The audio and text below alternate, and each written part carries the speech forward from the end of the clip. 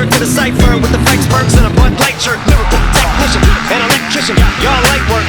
And I don't gotta play pretend that you I make believe. And you know I'm here to stay cause me. If I was to ever take a leave, it would be as spring to break a thief. If I was to ask for make a leave, Stallion if she would collab with me, would I really have a shot at her feet? I don't know, but I'm glad to be back like abracadabra. And for my last trick, I'm about to reach in my back. Abracadabra. And for my last trick, just like that and I'm back, bro.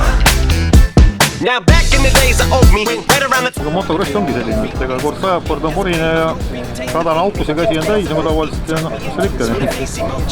Kiirus pole ja autose pole ka ja tegelikult on super kõik, et ei ütle midagi halba, et kõik on nagu rada on hea ja see vihtega ainult parem. So when I started this verse, it did start off lighthearted at first, but it feels like I'm targeted, mind-boggling how my profit is skyrocketed. Look what I pocketed, yeah, the shit is just like y'all have been, like jogging in. I've been running, I've been speeding, that's why I'm ahead like my nogginin. I'm the fight jogging in, when you debate who the best, but I'm some way. Ma arvan, et oli okei päeva, suutsin igast sõidust võidu võtta.